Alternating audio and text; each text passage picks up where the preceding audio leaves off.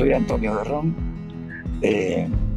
biólogo que trabaja en la Misión Biológica de Galicia del CSIC en Pontevedra.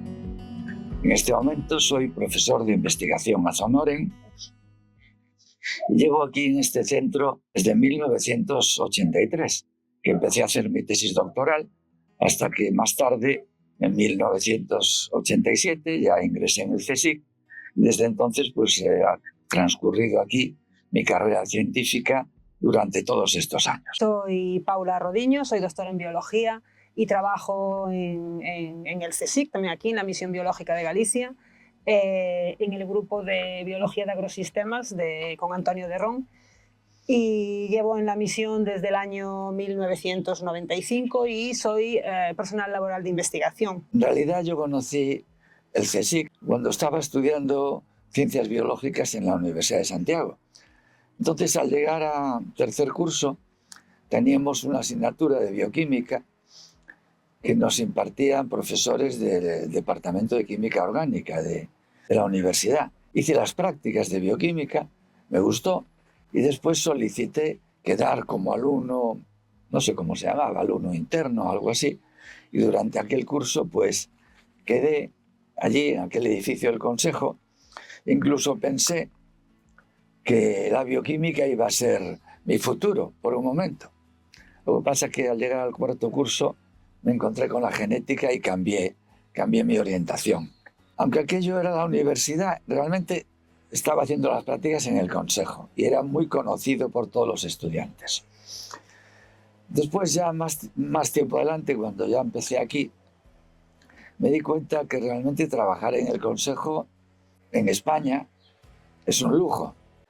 Es un lujo y que quizá no debería decirlo, porque los científicos hacemos lo que nos gusta, a lo mejor lo único que sabemos hacer, pero es lo que nos gusta y además nos pagan. Esto es algo que no se puede decir mucho porque a lo mejor nos bajan el sueldo. Bueno, yo ya no tengo como Azonoren, pero mi experiencia de todos estos años en el CSIC, ya aquí en la Misión Biológica desde el año 93, es muy positiva, sobre todo porque, como después comentaremos en otras ocasiones, con momentos puntuales que pueden ser más complicados, en general me he visto muy respaldado y muy apoyado siempre por el CSIC. Mi experiencia en general en el CSIC, pues bueno, es una experiencia muy enriquecedora, ¿no? Tuvo sus momentos difíciles, pero creo que siempre hay que sacarle partido al lado bueno y no al lado malo. Yo inicié aquí mi carrera justo al acabar biología en el año 1995. La inicié pues con muchísima ilusión, siendo joven, con ganas sobre todo de aprender muchas cosas, también de aportar nuevas ideas, pero sobre todo de aprender. Tengo que decir que bueno, durante toda mi etapa predoctoral y postdoctoral, pues tuve la suerte de que estuve rodeada de un buen equipo, del equipo de Antonio, ¿no? Y para mí ha sido pues un camino de aprendizaje continuo, no solo científico, sino también personal. En mi caso, la situación es radicalmente un poco diferente, muy diferente a la de Paula.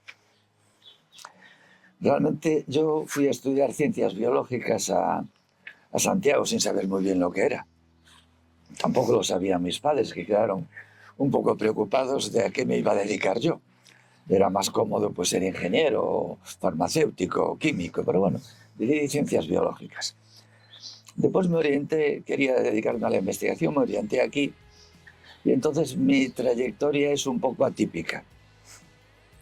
Es cierto que fui becario aquí en Pontevedra, en el Centro Forestal de Lourizán, y como aquello no le veía mucho futuro, pues me hice catedrático de instituto, hice la oposición y era un buen trabajo.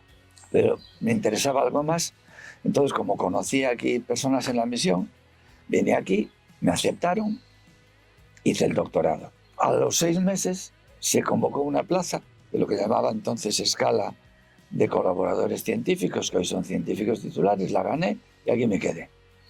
Es decir, que fue una trayectoria un poco lineal, bastante diferente, y no encontré grandes obstáculos en esos momentos. Una vez que inicias la carrera científica ya como responsable de proyectos de investigación y de personal, Los principales obstáculos, los principales problemas que sueles tener son el primero, el de financiación. En el año 90 o así, ¿cómo empiezo yo a investigar en lo que quiero si no tengo recursos materiales ni humanos? Los recursos materiales los tienes que conseguir con proyectos. Entonces lo que siempre busqué fueron alianzas con otros centros, por lo menos de carácter formal, porque tienes que tener un equipo y yo aquí no lo tenía. Entonces busqué alianzas con otros centros y conseguí financiación. Y dije, bueno, ahora hay que buscar personal. Y busqué personal. Un obstáculo que se me puso en aquel momento es que tienes muchos estudiantes. Y yo decía, es que esto hay que construirlo de abajo arriba. Y entonces tengo que tener bastantes estudiantes porque aquí no hay ninguno. Bueno, es que esto no es un sitio para aceptar estudiantes y hacer tesis doctorales. Hoy lo es, pero en el año 80 y tantos no lo era. Entonces ese fue un primer obstáculo que tuve que enfrentar. Pero conseguí los recursos humanos y materiales. Y después también cierta incomprensión a veces acerca de determinados proyectos de investigación. Por ejemplo, tuve cooperación con Argentina, en el que también participaste tú. Hice varias expediciones a los Andes. Y bueno, estabas fuera varias semanas, allí en las montañas, era muy enriquecedor y para mí ha sido inolvidable, me dejó mucha huella.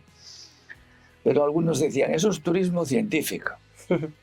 Porque es cierto, ibas a hacer ciencia, pero también ibas a disfrutar de la naturaleza de una manera que aquí no había. Pero aparte de estas cosas, de ciertas incomprensiones hacia la labor de investigación puntuales, siempre me sentí apoyado, en general, más por la organización central que por el propio instituto. O sea que realmente fueron obstáculos que superé con cierta facilidad. En eso he sido afortunado, creo. Cuando acabé mi carrera, la acabé en el año 95, yo era una persona bastante inquieta, no me gustaba estar parada en verano. Entonces, pues hacía cursos de verano y en uno de los cursos conocí a una persona que estaba haciendo el doctorado aquí en la misión biológica y me dijo que por qué no venía a visitar la finca, que era muy bonita y tal. Realmente yo vivo cerca, pero no la conocía. Era un sitio que no era muy conocido, nadie lo conocía. Entonces, pues yo vine aquí, me presentó a la finca, me presentó a Antonio, Isabel, presentó a Antonio. Yo no sé si Antonio se acuerda, pero yo sí me acuerdo. Lo que sí me acuerdo es que hiciste un curso de verano en el que nos habíamos conocido antes. Sí, pero ese ya fue antes, pero claro, ¿no? Claro. Yo después lo supe cuando llegué aquí, que tú habías sido el profesor de un curso de verano que yo había hecho, claro. Pero después yo llegué aquí y él me dijo, ¿por qué no haces prácticas de...? Bueno, hay muchos estudiantes que hacen prácticas en verano, entonces me quedé a hacer prácticas ese verano. Y ya después me ofreció, bueno, pues hacer la tesina de licenciatura en su grupo y eso es un recuerdo que yo guardo pues con mucho cariño, ¿no? Porque fue mi comienzo aquí. Es verdad que mi trayectoria tuvo sus altibajos, cosas buenas y cosas malas, pero bueno, es un recuerdo que sí que guardo con mucho cariño, que él fue la primera persona que me dio la oportunidad de poder encaminar pues mi carrera hacia la ciencia, ¿no? En algún momento sí tuve alguna duda, ¿no? Porque bueno, lo que yo comentaba antes, a veces pasas momentos difíciles y tienes ganas de abandonar, ¿no? Pero bueno, lo que yo dije, sí, al final mi pasión era la ciencia y tenías que seguir, tenía el apoyo de Antonio detrás, también de mi familia, entonces bueno, pues sigues adelante. Un primer momento que realmente no era de investigación todavía, pero empezaba mi carrera profesional, fue cuando conseguí la cátedra de instituto, después de ser becario durante 2 años. Tenía 24 y tuve una sensación física de que había crecido varios centímetros. Seguramente no era cierto, pero sí, estaba casado, tenía 2 hijas y tenía un trabajo fijo para toda la vida y un buen trabajo de catedrático. Y entonces sentí una gran satisfacción personal. Y después, cuando ya conseguí mi tesis doctoral, en el año 83, hablé con algunas personas del consejo, del CSIC, y decían, bueno, en la misión hay muy poco personal, espera un poco, continúa un poquito la labor de investigación, publica algo, y enseguida seguramente tendrás una oportunidad, porque la misión estaba entonces bajo mínimos. Y un día en Pontevedra, yendo con la persona que me había dirigido la tesis, el profesor Amando Ordaz, que fue mi maestro y que fue profesor de investigación a Zonoren hasta hace poco, ahora está ya totalmente retirado.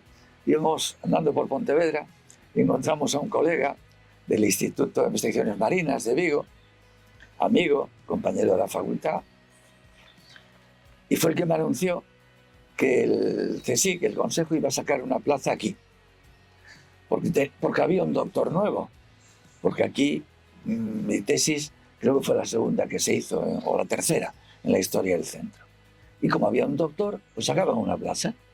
Entonces me presenté a esa plaza con mucha ilusión, que fue al cabo de 6 meses o de 5 meses de presentar mi tesis doctoral, algo que suele ser poco habitual, y al poco tiempo ya estaba aquí.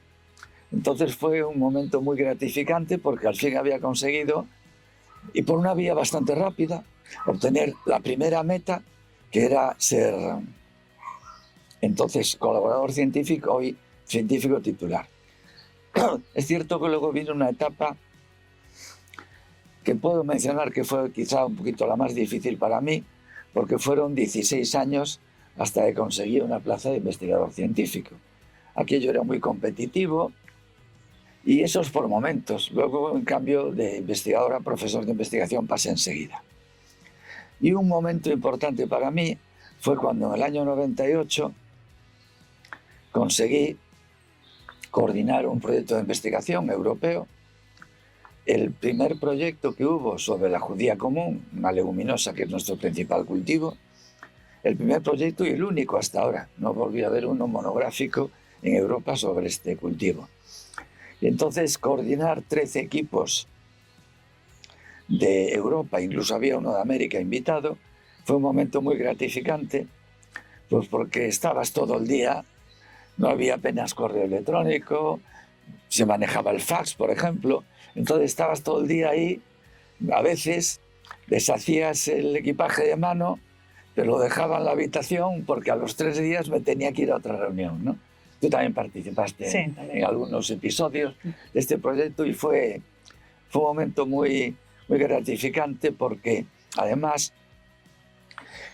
con todos esos equipos que sigo manteniendo relación, que han pasado muchos años, me permitió adquirir, aunque no sé si debo decirlo de esta manera, una cierta posición de liderazgo en los países europeos, porque era el primero que coordinaba un proyecto en Judía y entonces pues eso lo mantuve bastante tiempo y sigo manteniendo relación con estas personas. O sea que aquel proyecto fue duro de trabajar, pero fue un momento muy gratificante. Yo lo que recuerdo así, pues quizá con más cariño, con más fue cuando leí mi tesis doctoral, ¿no? Después de tantos años de trabajo, que fueron 5 años y pico, pues leer mi tesis doctoral y llegar a ser doctora, pues para mí fue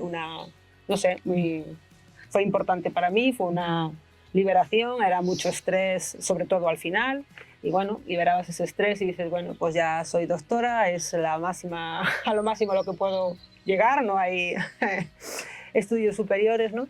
Y después para mí también es importante que después de leer la tesis doctoral, pues tenía que hacer una estancia en el extranjero, una estancia postdoctoral.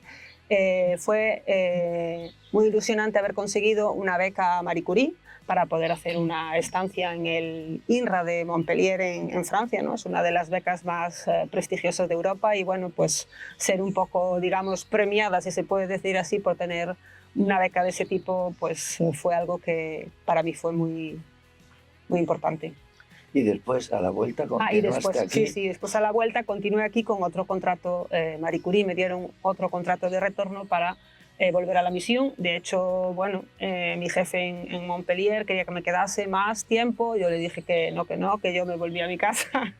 No es que estuviera mal, me costó la adaptación en Francia, pero tenía claro que era un periodo y que yo quería volver a la misión. Entonces, bueno, el conseguir otro contrato de retorno también de la Unión Europea para volver a la misión para mí fue, pues bueno, un aspecto importante, ¿no?, de toda mi carrera, algo que quiero destacar, claro. Ese retorno de Pablo a la misión fue un poco traumático. Fue un poco traumático, sí. Porque la Comisión Europea sí.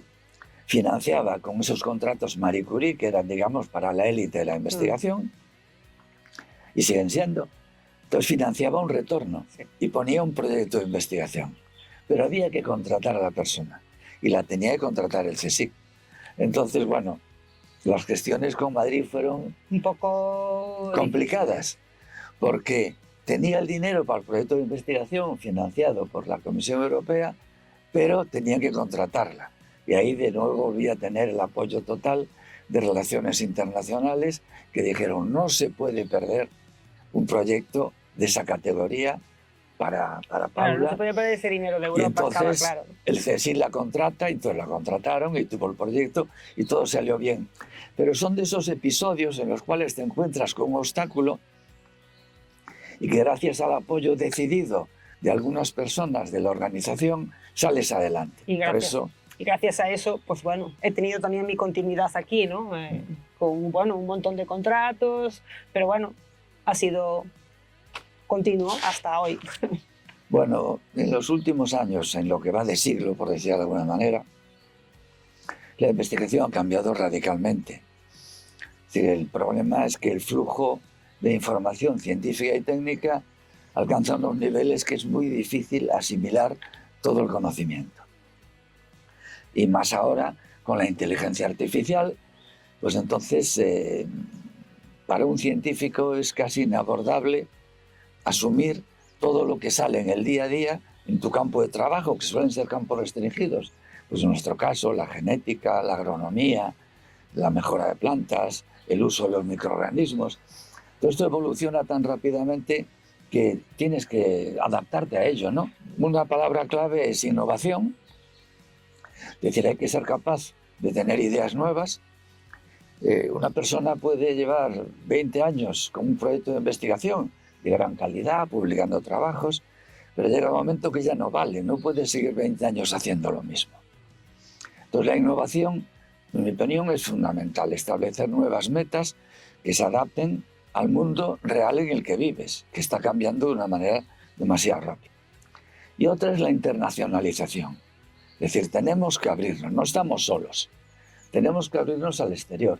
Yo lo experimenté en aquel proyecto en el año 98 y después, pues en otras ocasiones, con organizaciones internacionales, especialmente en Estados Unidos, también en Europa, en Argentina. Entonces esos cambios hay que asimilarlos. Nosotros incluso aquí en la misión, cuando empezamos nuestro grupo de investigación, se llamaba Grupo de Investigación de Leguminosas. Vamos a decirlo, era de carácter vertical, es decir, sobre un cultivo. También había de maíz, de brásicas, de vid. En un momento determinado, en 2013, asumiendo todo o asimilando todos estos cambios que estaban produciendo en la sociedad y en el mundo científico, decidimos ampliar el horizonte y el grupo pasó a llamarse Biología de Agrosistemas. Porque estábamos incorporando tanto los factores bióticos, es decir, las plantas, como los abióticos. Es decir, estreses, bajas temperaturas, fertilidad del suelo, los microbios también, otro componente biótico. Entonces nos parecía que era algo más amplio. Bueno, no fue fácil la transición. En el propio centro, en el propio instituto, no asumían que cambiáramos el nombre de investigación. De hecho, nos siguen llamando de leguminosas. Tengo que decir que desde que yo empecé, que fue un poco menos que yo empecé más tarde que Antonio, pero es verdad que la carrera científica, la ciencia ha cambiado muchísimo. Yo presenté mi tesis de licenciatura con transparencias y mi tesis doctoral con diapositivas a través de un proyector, que si lo dices a gente así más joven y no te cree, te dices eso es imposible. Pues sí. Entonces hay que decir que todo ha evolucionado pues, enormemente, ¿no? Ahora ya trabajamos pues, con tecnologías más avanzadas, con herramientas digitales, con metodologías que han transformado la forma de hacer ciencia. Y también ha cambiado un poco el enfoque, todo es más multidisciplinar, más global, más rápido. Y esa evolución es positiva, pero es verdad que también implica una exigencia constante. Al final tienes que estar siempre actualizando, leyendo, estudiando, ¿no? Aprendiendo cosas nuevas para poder avanzar. Y yo creo que la presión muchas veces por publicar, por conseguir la financiación, pues nos aleja un poco de lo importante que es al final hacer buena ciencia con tiempo y con profundidad. Es verdad, como dijo Antonio, que la transición o el cambio de nombre del grupo no fue fácil porque bueno, algunos no lo entendían muy bien. Y creo que nos hemos adaptado bastante a los nuevos tiempos. Ahora sí que estamos con un proyecto donde trabajamos las interacciones que hay entre la microbiota del suelo y las plantas, en este caso leguminosas. Ahora vamos a trabajar con soja, pero antes lo hicimos con otras leguminosas, como judía. Y estamos intentando ver dentro de esas interacciones, ¿no?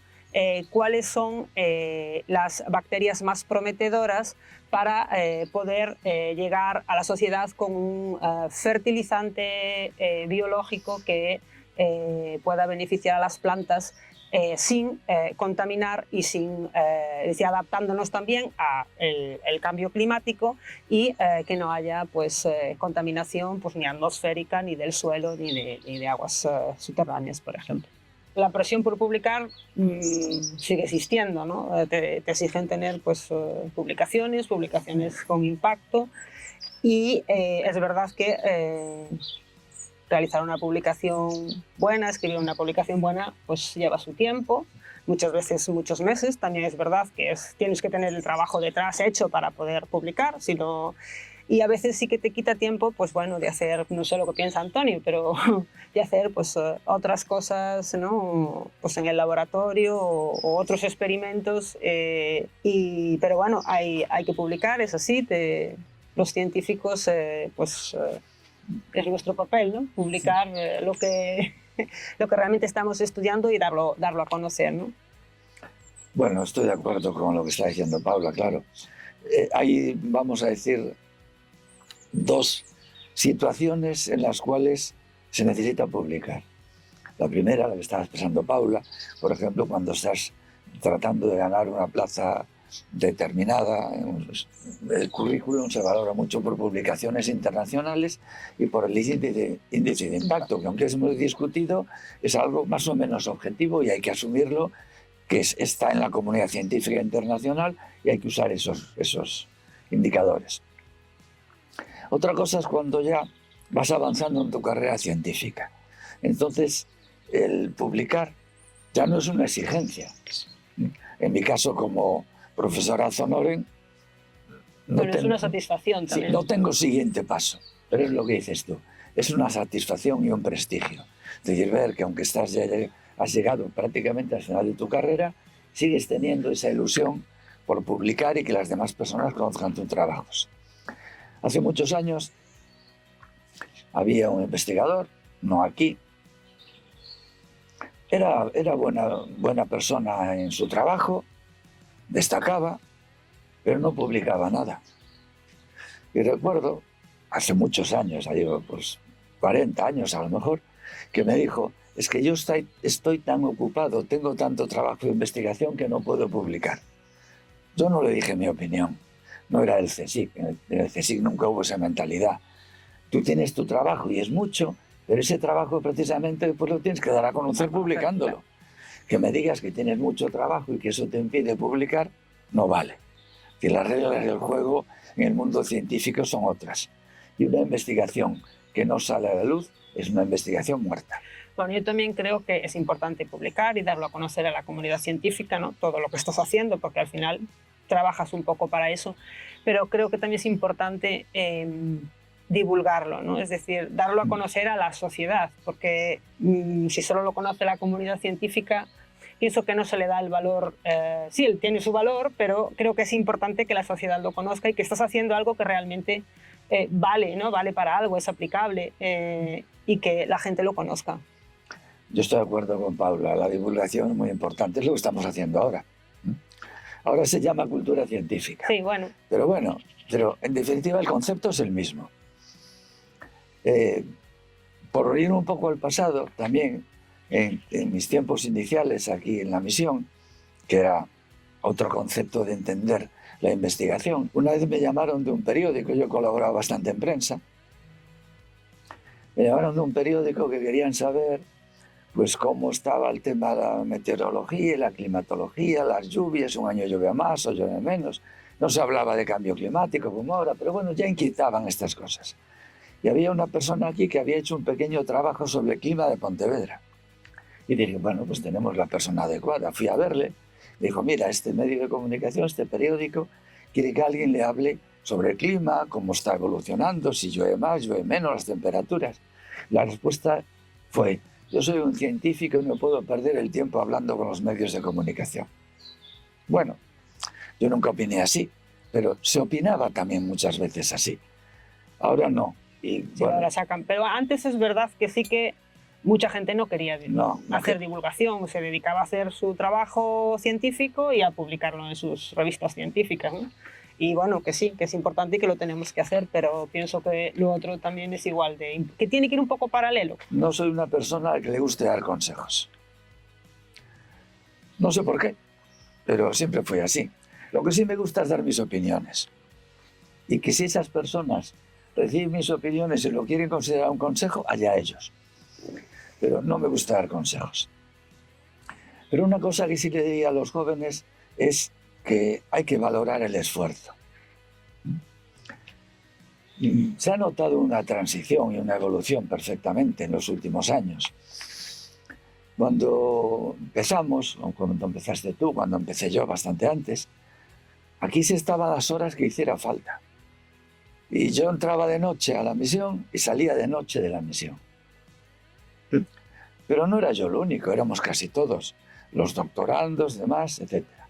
Ahora ya es que tengo que conciliar con mi vida personal. Por supuesto que lo entiendo, y siempre concilié.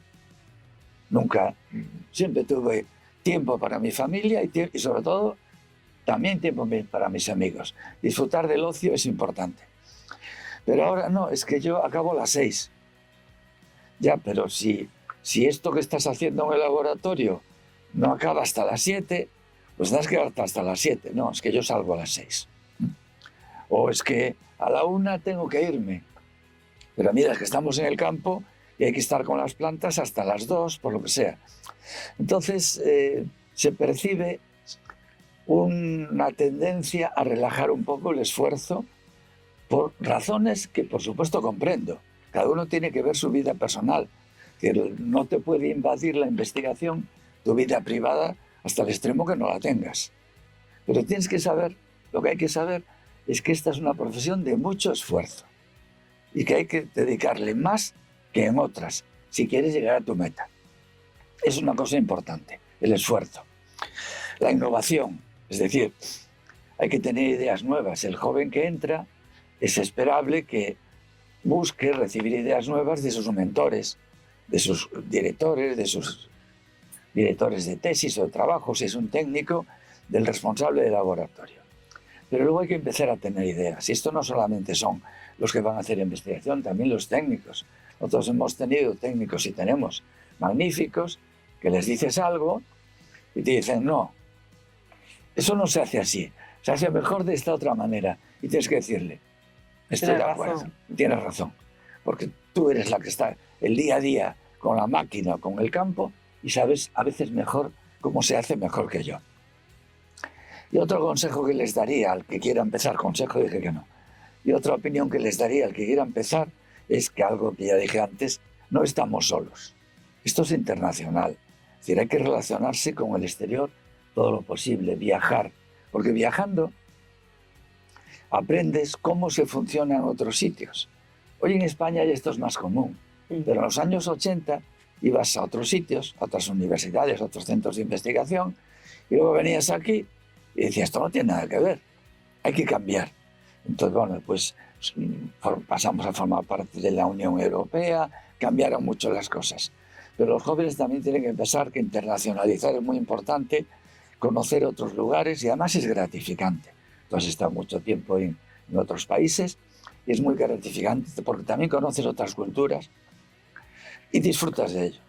Pero bueno, por eso al final a los jóvenes hay que decirles, venir a la investigación, a esforzaros, pero a disfrutar. De verdad, yo me acuerdo cuando me fui a Francia, me fui con la expectativa de que pues el instituto francés iba a ser muy diferente al nuestro, ¿no? Estaría pues mucho más equipado, sería mucho más moderno. Siempre vas con un poco de decir somos menos. Y no es cierto, al final te das cuenta de cuando llegas allí, bueno, pues no, al final es un instituto más o menos como el tuyo, está equipado para el trabajo que hace y dices, va, pues no lo hacemos tan mal, ¿no? Pues estamos a la altura. Que a veces parece que te vas fuera y es bueno a veces irte fuera y también ver eso, decir, te vas fuera con la expectativa de decir, uff, pues a ver qué me encuentro, va a ser una cosa y al final pues es como aquí y creo que, bueno, pues te das cuenta de que estás trabajando bien y que no hay diferencia con otros países europeos y creo que es importante, sí, lo que dice Antonio, ¿no? Viajar, conocer otros sitios, cómo se trabaja en otros sitios y también viajando y trabajando en otros laboratorios, al final la gente joven pues también trae otras ideas, cosas nuevas que se pueden hacer aquí y creo que es muy, muy gratificante. Un comentario a lo que dices, cuando llegaste a Montpellier te encontraste un escenario parecido al de aquí, Sí. pero yo me estaba echando unos años atrás. Ya, claro, claro, bueno, sí. Y tenías que ver cómo era. Ten en cuenta, yo me fui a Montpellier en el año 2001. Claro, pues, claro, si echas 20 años para atrás... Pero bueno, que te vas con la mentalidad de decir, nosotros somos menos, trabajamos peor o estamos menos equipados y que al final llegas allí y te das cuenta de que no, que trabajas igual que trabajan ellos y que realmente no hay diferencias, ¿no? Y dices, pues bueno, pues lo estamos haciendo bien, pues no somos tan malos, ¿por qué nos creemos menos? ¿No? Sí, pero costó llegar ahí. Sí. A ese estatus de igualdad con otros centros, tal que hoy desde luego el Consejo lo tiene y la misión, pero costó llegar, porque había un momento... No, y a veces también es tu mentalidad, claro, que tú también vas pensando eso, decir, bueno, pues no trabajo como en otros centros, no trabajo como los franceses o como los ingleses o como... Y sí que lo haces al final. Y al final a lo mejor trabajas mejor o incluso mejor, exactamente. No es fácil dar consejos a los jóvenes investigadores. Yo a quienes empiezan en la ciencia siempre les digo que no pierdan la curiosidad, ¿no? ni la pasión por la ciencia. La carrera científica es exigente, es cierto, pero bueno, también es profundamente gratificante, aunque tenga sus momentos difíciles, y sobre todo si lo haces con pasión, con compromiso, ¿no? Pues con honestidad. Yo creo que la ciencia necesita tiempo, necesita mucha dedicación. Para mí es importante cuidar sobre todo las relaciones personales, ¿no? Las relaciones humanas, sobre todo en el entorno de trabajo, porque al final pasas muchas horas aquí con mucha gente y creo que es importante rodearse de personas con las que puedas compartir tu camino, ¿no? Creo que la colaboración, la confianza y el respeto entre los compañeros pues es fundamental para que la ciencia avance de verdad. Si creen en lo que hacen, pues que sigan adelante. Lo importante es nunca perder la motivación, ¿no? Y la ciencia avanza sobre todo pues, gracias a quienes insisten, a quienes aprenden y en quienes siguen adelante, incluso cuando el camino se tuerce un poquito.